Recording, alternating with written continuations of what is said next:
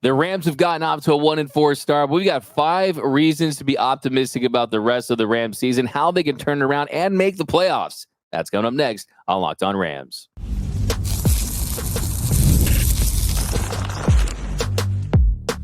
You are Locked On Rams, your daily Los Angeles Rams podcast. Part of the Locked On Podcast Network, your team every day. What is up, Ramley, and welcome to another episode of Locked On Rams, your daily podcast covering your Los Angeles Rams, free and available wherever you get your podcasts. Locked On Rams, part of the Locked On Podcast Network, your team every day. We're also available over on YouTube, so if you haven't yet, do us a huge favor, hit the subscribe button, hit the notification bell, hit the like button, and let us know. Are you optimistic about the rest of the season for the Rams? My name is Doug McCain. You can follow me on X and Instagram at DMAC_LA. I've been covering LA sports for over a decade, 24/7 sports, Dodgers Nation, SI, Locked On. And as always, I'm joined by the Rams pre-half and post-game show host for the Rams flagship radio station, ESPN 710 LA. He's in his 9th season covering your Los Angeles Rams. The People's Champ, Mr. Travis Rogers. You can follow him on X at Travis Rogers. On today's episode, why the Rams could turn their season around. The reasons for optimism, if you want to go that route. But first, today's episode is brought to you by FanDuel. Place your first $5 bet and you'll get started with $200 in bonus bets guaranteed. Visit FanDuel.com to get started. All right, Travis, so hasn't been the start that we had hoped for. The Rams 1-4 on the year. The playoff chances are bleak, but it's a Friday, a little positivity today. Mitch Lotta had full vibes heading into, of course, a big Dodgers game. Let's get the positive vibes There's all a Dodger around. game tonight?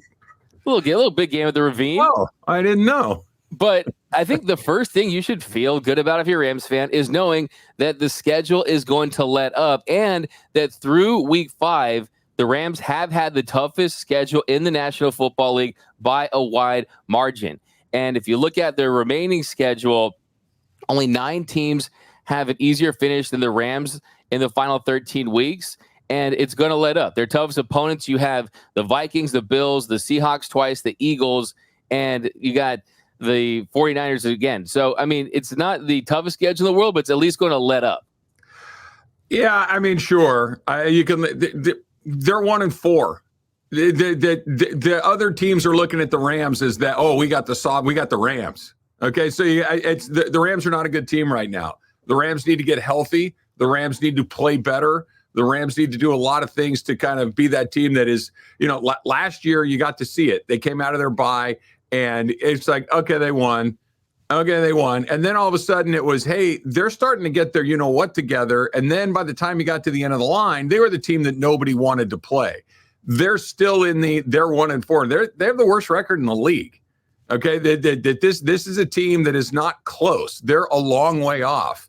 So I get it that their opponents, you got a New England in there, you got a Miami in there, you've got some opportunities to be sure, but the Rams need to get healthier. They need to get better. So I don't know if there's any team on the schedule, maybe with the exception of the New England Patriots, that you go, okay, there. And by the way, that's 10 o'clock in the morning in the East Coast on the road. It might be cold by that time. So we'll see what it looks like. But I don't know if the schedule is their off ramp. Their off ramp needs to be they get healthier, they get hot, and they start to stack wins, because I don't know if anybody's looking at an opponent and feeling great about it. They just need to get better quickly. Yeah, trust me. Let me make this very clear. This is in no way to give you false hope about your Rams in the 2024 season, but it's just a way to look at the schedule. And look, the truth of the matter is you need 8 more wins, okay? You need to win 8 more times this season to really have a chance, right? You're not guaranteed, but to have a chance, you need 8 more wins. And you look at the favorable wins, it's still the National Football League. Anyone can win on any given Sunday. But you got the Patriots, as you mentioned, though. It's on the East Coast. That's tricky in and of itself as far as the time zone difference. And then you got the Raiders, the Saints, the Dolphins, and the Jets. The Cardinals did beat the Rams badly, but, of course, that'll be at home. The Cardinals just got beat by the Commanders a couple weeks ago, but then they erased the 13-point deficit against the 49ers, right? So, yeah, there are no easy wins. It's tough to count these wins. And like you said, it's an exercise in futility to even look at the schedule unless you can guarantee me the health of these key players. Right. And you can really turn around from that standpoint. So the second reason to feel any optimism is that Cooper Kupp and Puka Nacua, they should be back pretty soon here, whether it's week 7 or it's in week 8. The Rams should be getting Cooper Kupp back. I mean, Sean McVay said that week 7 is an ideal target. It's not a guarantee. It's an ideal target. And if you have Matthew Stafford back with his go-to receivers, at the very least, that's going to give the offense a bump. And yes, we know the offense essentially has had to play perfect to be able to keep this team in games, but it definitely makes the margin a little higher with his go-to targets back in the offense. Yeah, look, getting Kupp back will help a lot if Kupp is Kupp. If Kupp is hobbled like he has been for the last 3 seasons, then, having a guy out there run around in a number 10 jersey is just a guy running around, and he needs to be Cooper Kupp. And we'll see if he is when he comes back. I thought it was interesting that, this week was the first time we heard that that Matthew Stafford has a little back soreness. These are the seeds that you plant along the way, that if things go a certain way, it's, he's not going to be available this week. We're going to go with this player instead of that player. That it needs to happen. That you're out of runway. The plane needs to get off the runway. You have to beat the Raiders. And if Kupp is there and he looks good, then you got a chance going into Minnesota. It's a short week for the Vikings, who got to get on the rest. Short week for everybody, but shorter for the Vikings. So you've got something in front of you that is there. But none of it matters if Cooper Kupp isn't healthy. None of it matters if Matthew Stafford doesn't play a lot better than he did last week. The defense, I do think, is a point of mild optimism because it was better last week than it was the week before. But a lot of things need to get a lot better very, very quickly, because if they lose to the Raiders, I can't even imagine what happens coming up after that. I think a lot of things change dramatically at that point. And even if you beat the Raiders, I think it's one of those, okay, cool, the Raiders stink. Let's see what happens next. Now, beat Minnesota, we're having a very different conversation. But it's got to happen now. Kupp being back will help a great deal, but he's got to be Kupp. Just having the guy out there that we know is one thing. Having the guy out there that we know and is awesome is something very different. Yeah, I mean, a diminished Kupp is different. I mean, that's what we saw last season throughout parts when he was even on the field. And hopefully there's going to be no lingering issues with his injury. But the truth is that he can have a big impact. I mean, this is a Rams team that's 23rd in the NFL in red zone offense. This is a team that you see stagnant at times, especially when that opportunity to really get ahead of that Packers team before those turnovers in the second half led to touchdowns for the Packers. So, yeah, having Kupp back will be massive. And as far as the Matthew Stafford conversation, Stafford has been good to great at times, but still, this has not been a great Matthew Stafford season of late. This hasn't been the Stafford that we saw in the second part of last season, but I actually think that's a reason to be optimistic because, I mean, you look at how he started the year last year, and they were dealing with some issues on the injury front as well. You had the 3-6 start, but first 9 games last season, Stafford had 9 TDs and 8 picks. Last 6 games, 15 tutties to 3 interceptions. So if you can get the finish strong, peak at the right time version of Matthew Stafford, you stack up a couple wins, you say, okay, look, we're in a situation where this could be almost a last dance situation. Let's just see what we have. I mean, maybe things could turn around from that standpoint. So I think the version that you haven't seen the best Matthew Stafford, I think that's because of the injuries, just because of you had inconsistent offensive line play early on. You played tough opponents. So, I mean, hey, let's see if we can see the Matthew Stafford that you and I always say takes a backseat to no one when it comes to arm talent. So that's definitely something to feel optimistic about. Yeah, if he has, and I don't even know if you need them both back to at least keep the train moving. But you got to have Kupp there, and I'm glad you said it. That if Kupp is Kupp, great. It's been a while since we've seen that, and I'm not just talking about this season. It's been a while since we've seen that. But if he can be the guy, and it doesn't need to be 12 catches, 140 yards, and a touchdown Cooper Kupp, but it has to be, maybe 10 or 11 target Cooper Kupp, the guy, the third in Kupp that we've talked about. So move the chains, keep it going. Give Matthew Stafford the confidence and the ability to know that somebody's going to be where they're supposed to be. I was watching some film with my pal DeMarco Farr the other day, and he was pointing out some things that there were some moments where Matthew Stafford was ready to let that ball go, and the guy wasn't in the spot that he needed to be in, that he just wasn't quite there yet. And that's not even necessarily experience, but not being on the same page with Matthew Stafford, that Tyler Johnson and these other guys, they haven't done it enough to know exactly what it is that he needs. Cooper Kupp certainly has, and that could be the difference. I think if you're looking for a silver lining, that's definitely it. Totally coming up for sure. There's no doubt about that. But coming up next, was it the right decision to go with Yamamoto in Game 5? No. More reasons to be optimistic about the next part of the season, how the Rams can get their season back on track. That's coming up next on Locked On Rams.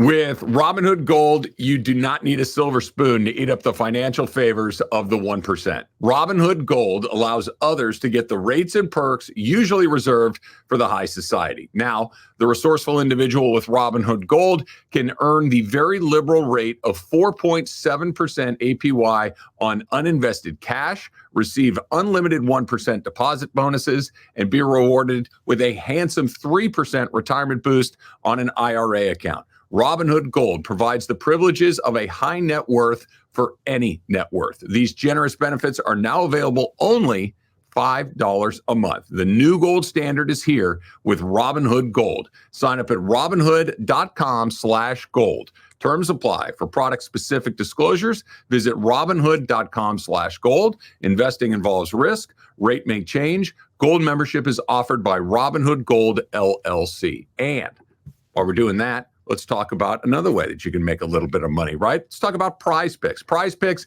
needs to be on your phone. What are you waiting for with that Prize Picks app?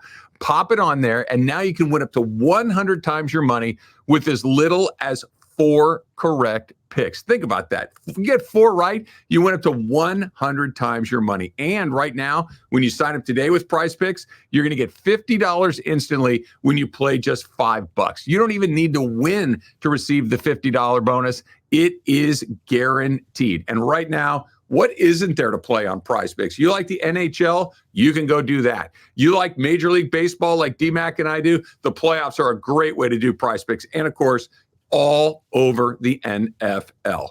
Justin Jefferson, more or less than 83.5 yards this week, right? This is Prize Picks. Pick more, pick less, but you can't do it without that promo code Locked On NFL. Download the app today. Use the code Locked On NFL to get $50 instantly after you play your first $5 lineup, right? One more time. Download the app today. Use the code Locked On NFL, LOCKEDON NFL, to get $50 instantly after you play your first $5 lineup. Prize Picks. Pick more, pick less. It's that easy.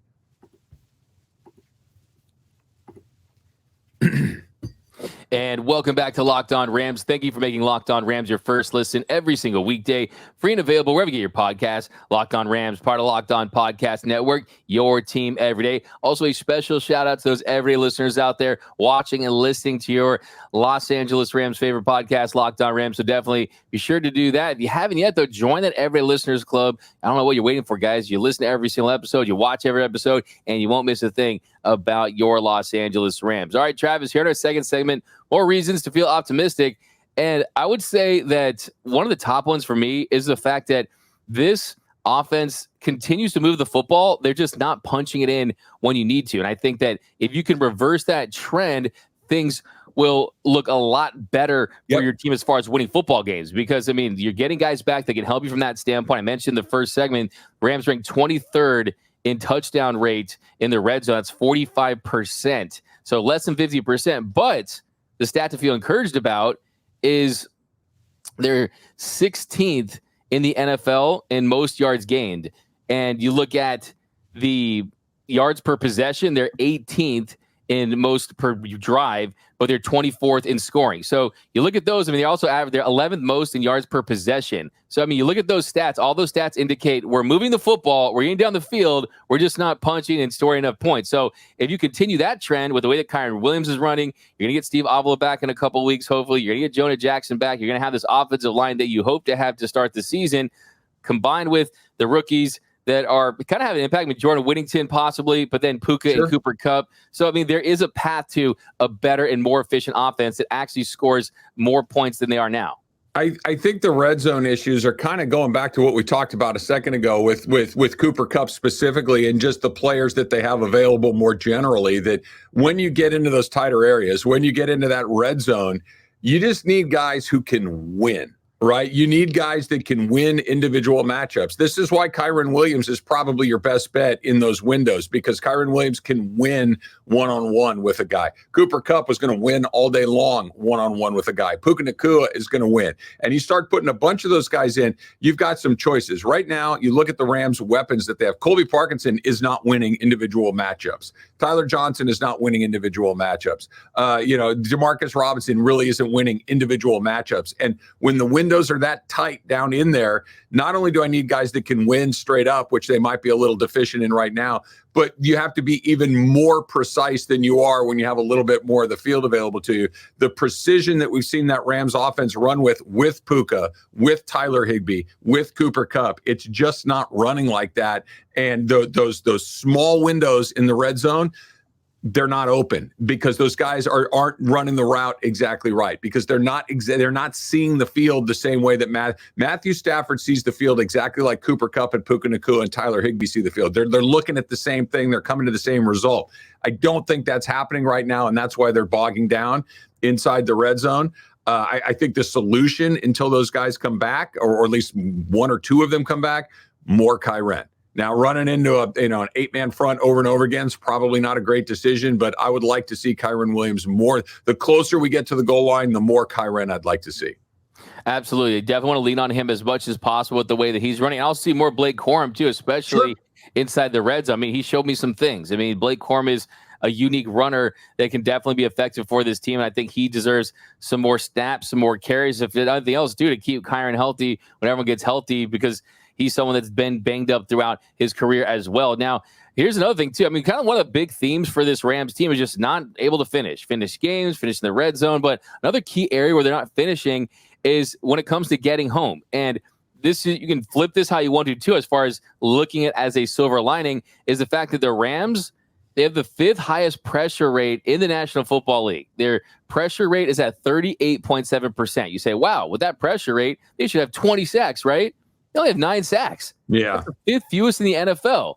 So that tells you they're getting to the quarterback. They're applying pressure. They're moving around the pocket, making things uncomfortable. But, I mean, we've seen Jared Verse kind of struggle every now and then. I mean, I think Jared Verse is the biggest Jared Verse guy. There's a big Jared Verse household. But, I mean, miss some opportunities. But, I mean, for the most part, they are applying pressure. So if you can find a way to maximize that, there are some plus on the defense, too. And also, too, just one other thing, too, is, look, Darius Williams looked good, too. And it looks like they're at least close to figuring out the secondary issue as well. So there are some things trending in the right direction on the defensive side of the football as well. Yeah, it is better. And I'm with you. I think that Jared Verse has been fantastic. He's exactly what you would hope to get from a first-round pick. That maybe the stats necessarily aren't there. It's not like he's racking up 2 sacks a game or anything like that. But he's creating problems for the opposition, that he is incredibly fast. He's incredibly athletic and strong and plays hard. In fact, I wouldn't hate to see him be a little bit more strategic in how he expends a lot of that energy along the way. That,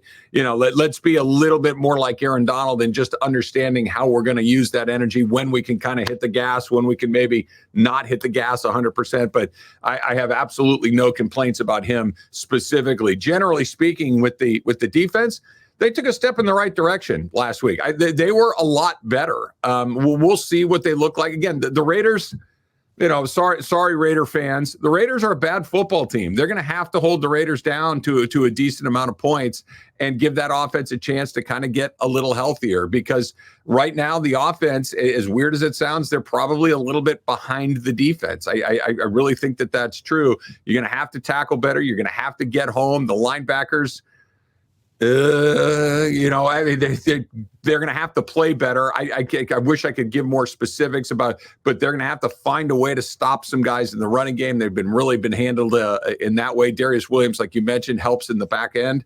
But the defense took a step in the right direction. I think the offense needs to follow suit, and the Raiders are a perfect opportunity to do it. This is a big chance. And I worry about Brock Bowers too, because he's been terrific so far for the Raiders, one of the few bright spots, and him matched up on some of those linebackers really could be a problem. Yeah, and the Raiders, I mean, they got to a good start against the Broncos. They were up 10-0 early, and they gave up 20 unanswered points. They had Patrick Surtain with the big 100-yard return there. So the Raiders are a mess. But, also, too, another reason why you can't finish and get home is, I mean, you're going to get Caleb Williams, Kyler Murray, Brock Purdy, elusive quarterbacks, another reason for that. But coming up next, a very surprising reason to be optimistic. That's coming up next on Locked On Rams.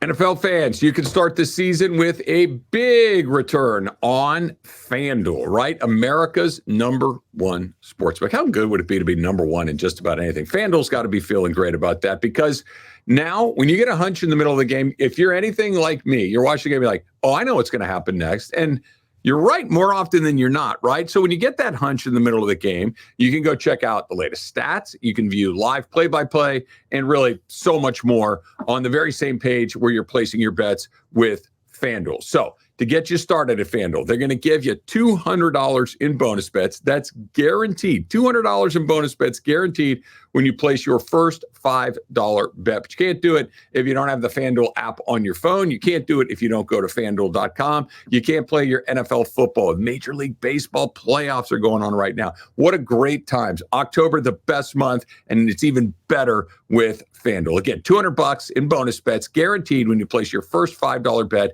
at FanDuel. FanDuel.com. Put the FanDuel app on your phone. And welcome back to Locked On Rams. Thank you for making Locked On Rams your first listen every single weekday. Free and available wherever you get your podcast. Locked On Rams, part of Locked On Podcast Network, your team every day. All right, Travis, so one more reason to feel something positive about where the Rams are at this season is the fact that the NFC West just isn't good. I mean, last night you had the 49ers go up to Seattle and beat the Seahawks. And then now you've got a lot of 500 teams in the division. If you're the Rams, just a couple games back as it stands. So, I mean, there is a world where, I mean, the best path to a postseason bid is by winning the division. You could do it with a 9-8 or 10-7 record. But, yeah, I mean, the truth is, it's not the 49ers team that we expected heading into the season. Yeah, it's funny. Yeah, you're right. Watching Thursday Night Football last night and watching the Niners and the Seahawks looked terrible. Geno Smith looked terrible. And the Niners, obviously Christian McCaffrey's not there, but the Niners don't look scary like they have looked in previous seasons. You mentioned the best way to get to the playoffs is to win your division. You're right. It's the automatic. I think this year it's the only way. The NFC West is not going to get a wild card team. When you look at what's going on in the NFC North, they might get all three wild card spots. They're probably almost guaranteed to get two. The way that Detroit, Minnesota, and Green Bay look, it feels like those are very likely. We'll see what happens with the Bears. Philadelphia, Dallas, Washington in the East. There's a lot of teams that are much better than what we've seen out west here, at least through the first 5-6 weeks of the season. So they're going to have to win the division if they're going to go to the playoffs. The Rams are not going to the playoffs as a wild card team. That's just not in the cards. But like you said, who's good in the NFC West right now? I think the answer is nobody. Literally none of the four teams you look at and you feel like those are really solid teams. Seattle got off to a great start. They've lost 3 in a row. One of them to the New York Giants. Like it just doesn't look like they're the team that started the season. Can they win the division? Yeah. To get to those, look, Let's be super optimistic while being slightly realistic at the same point. 9 probably wins the division. There's a world where 8 wins the division. I really think that an 8-9 team in the West possibly could be the best team right there. The question is, are there 7 more wins on that Rams schedule? I think that's the trickier question. Even if it's 8, can they get there? I don't know. Maybe if they sweep the NFC West, that's their path to do it, or at least what's left of the NFC West after losing to Arizona and they finish 5-1. You got to find a few more out there. But their one and only path is to win the division, and it's not totally out of left field because the division's down this year. Something that's definitely shocked us. I mean, you're absolutely correct. I mean, in the North, in the NFC, I mean, you got all those teams bunched up. Even the Bears are 3-2 in that division as well. And you look at right now, you got San Francisco 3-3, Seahawks 3-3, Cardinals 2-3, and that Cardinals team just beat the 49ers and the Rams at 1-4. It's like 1942 all over again, the battle of mid in the NFC West. So we'll see. Can you capitalize? Can you get back on track? Hey, season's not over yet, Rams fans, okay? But I think you mentioning the Raiders like 3 or 4 times, it's definitely worth doing because, I mean, you lose that one. That's it. post the thank you fans meme, right? Thanks, but yeah, they're not going to say it. No, nobody inside the Rams is going to say. If they lose to the Raiders, the season is over. Everybody's available for trades. You start thinking about what you can get for this guy. I think that's probably the unofficial end of the Matthew Stafford era in Los Angeles. I think that everything that you don't want to have happen starts happening then and there. You cannot. If you lose to the Raiders, that's it. It's probably.